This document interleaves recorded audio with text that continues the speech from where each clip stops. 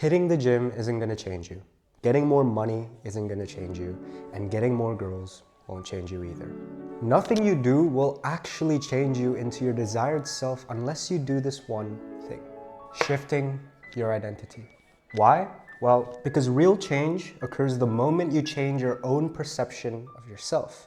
It's a lesson I had to learn the hard way when I was trying to change myself from a hopeless degenerate, but now you can learn the easy way if you just watch till the end. See, the reason why I said going to the gym isn't gonna change you or getting more money isn't gonna change you is because those are simply external things. And when you start to realize you're a loser or you're a degenerate and you need to change because you're not where you want to be in life, your initial actions to counteract that feeling is probably going on YouTube and searching up how to change my life. Or even if you don't, you'd probably sign up to like a gym membership or like start picking up a skill to start making more money. But that's not how you should approach change, because this is all external, okay? When you have feelings of inadequacy, when you feel like you're a loser, when you feel like you're not in your full potential, trying to compensate for those feelings by changing your outer world is not fixing the problem. Because when you change the outer world, you're just changing the perception of other people towards you.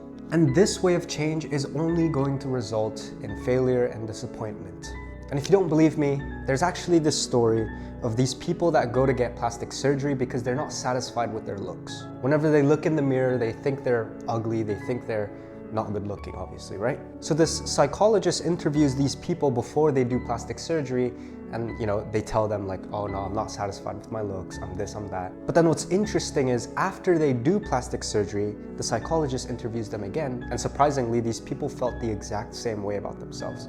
Even though their nose is now perfect, their facial structure has changed into someone who they desire, yet they still saw themselves as this ugly person. And the same exact thing happened to me. See, when I was a hopeless degenerate, drinking, clubbing, and smoking every day, I was so unfulfilled, lost, and I felt stuck in life. So then I went to YouTube, searched up how to change yourself, and I got the basic advice, go to the gym, journal, meditate, make some money, get some girls. And I did those things. And after doing those things, I achieved a better physique, and I made some money. I was meditating, I was journaling, but guess what? I was still smoking, drinking, and clubbing. I was still a loser, a degenerate. And this is all because I didn't understand that you need to change internally.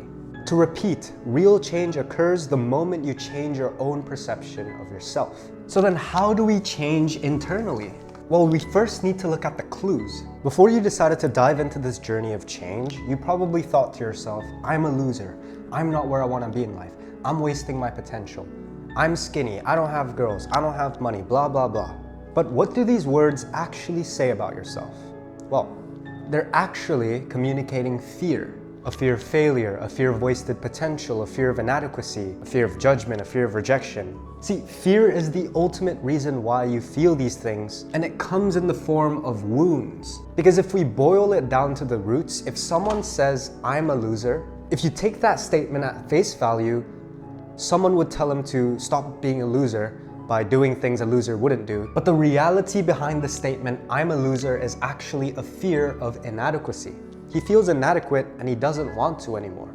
And this fear usually comes from wounds. Wounds that happen either in childhood and past experiences or even traumatic events. Maybe while growing up, he used to draw, and whenever he'd show his drawings to his mom or his dad, they would quickly shut it down and say, oh wow, this drawing's really good, son. Goes back to work. Or maybe in school, he would always get bullied and he would always be the punching bag of the group. And all these things result in a wound being formed, which then turns into fear, which then turns into a desire to change. And that desire is, I don't want to be a loser anymore, or I am a loser, right? And again, it doesn't just have to be the fear of inadequacy. It could be the fear of failure, the fear of wasted potential, the fear of judgment, the fear of rejection, the fear of commitment, all these things, right? So what you have to do is look through the clues, which is your statements, how you view yourself, your current identity now, and boil it down to the root and think, what fear is this? And after you find out the fear, try to go back in time and remember a memory where this fear might have been instilled in your brain. Now, once you find out your core wound or your fear that's holding you back, the way you're gonna reverse it and shift your identity is through something called mental feedback loops. And just to demonstrate, this is what it looks like. So it starts off with a wound, your fear, which then dictates your action, which then reflects back into reality, and that reality then becomes feedback for the wound to grow bigger. So let's take, for example, the wound, I'm a loser, which is a fear of inadequacy. The belief that you're a loser results in actions that showcase you're a loser. So whenever you tell yourself, oh, I'm a loser, and then you get in a situation where it's a social setting and you're trying to fit in, but then you get rejected out, that's an example of an action which then reflects the reality that you are actually a loser. And this kind of feedbacks back into the wound, and now you think you're even more of a loser. And this has basically been going on for the past year, 2 years, 3 years, months, weeks, days, whatever, right? And now it's got to a point where the wound is big enough for you to want to make a change. And the whole point of this video is to tell you external things isn't gonna solve this loop, isn't gonna fix this wound, okay?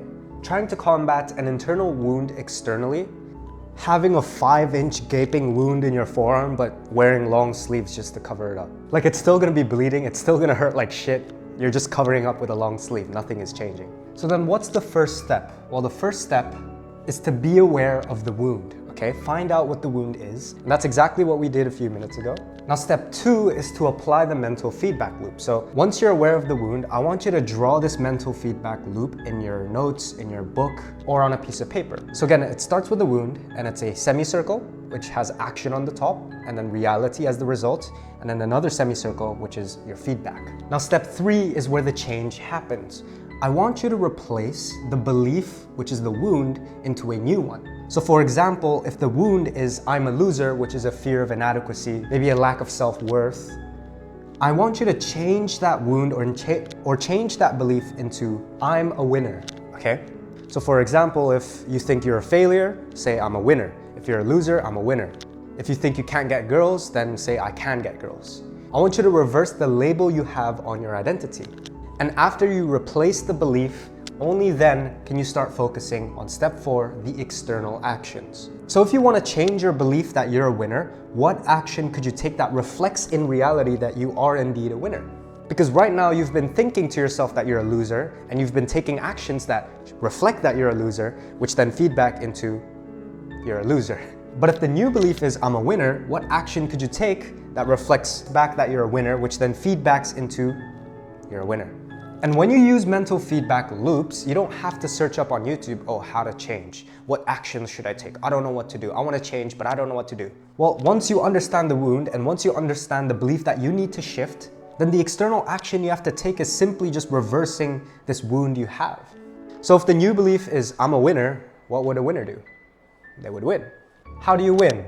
Maybe you can take a small, minuscule action which has a win rate of like 90%. So let's say doing your homework. Once you shift the identity, the belief that you're a winner, start doing your homework and then complete it, which then showcases and reflects back that you are indeed a winner, and it's gonna feed back into a stronger belief. And see, right now, your wound or your belief that you're a loser, which is a fear of inadequacy, has a lot of evidence. As you can see here, there's so much more evidence that you're a loser than you being a winner. And that's only because the mental feedback loop has been looping for years on end, right? That's the reason why there's so much evidence. And the evidence has got to a point where it's past a certain threshold where it's actually affecting your life, and you now come to the conclusion that you need to change. But now the whole point with these mental feedback loops is to create another loop on the reverse belief, or the opposite of the belief you have over yourself, which is creating this desire to change, and basically looping it manually to the point where you compile enough evidence to overcome this old belief, this old wound. And when that happens, that is the moment you change. So to go back to the point of this video, taking external actions like going to the gym, getting more girls, getting more money, isn't always going to provide you with the evidence needed to overcome this fear. So even if you go from a skinny guy to a six-pack like I did, you're still gonna feel the exact same way, and you're still gonna see yourself in the exact same light. But once you apply mental feedback loops, you then focus on the root cause of the problem, the reason you have a desire to change in the first place, and you overcome it, and that's when real change happens. Now, don't think you're finishing the video without doing anything, because I actually want you to change, so you're gonna need to take some actions. To recap, step 1 is to find the root cause. Look at how you perceive yourself. What statements are you telling yourself? What beliefs do you have over yourself? And find out the root cause of these beliefs. And once you have the fears or the beliefs you have with yourself, apply the mental feedback loops. So take your piece of paper before or your notebook, wherever you wrote the mental feedback loops, and then replace the root wound or the root cause or the root belief with a new belief. And this new belief should be the opposite of the belief you have now over yourself. Once that's done, step 3 is to take a small action. What small action can you take to reinforce this new belief that you've just implanted in your mind? For example, if the old belief was, I'm not confident, then the new belief would be, I am confident. So now, what small action can you take that showcases in reality that you are indeed confident? And whatever that action is, you want to take it. And once you take that action, that becomes feedback, and then now you have to take another action. So step 4 is to repeat that until you've compiled enough evidence for you to change and ultimately shift your identity. And look, if you've been binge watching these self-improvement videos and you still feel stuck, lost, and you just can't seem to escape these cycles and change for the life of you, click the first link in the description. Now, don't worry, it's not some stupid scam. It's just a video of me showing you how I can personally help you change. But yeah, you don't have to click. I'm not forcing you to. If you are serious about change, just feel free to check it out. So that's basically all for this video. And if you ever want to surround yourself with like-minded people going through the same problems as you, feel free to join my Discord community where you can speak to me directly and make change easy. Comment down any video ideas or requests you have, and subscribe if you want more content like this. Thank you so much for sticking around till the end. You're a real one. Just know that I'm rooting for you.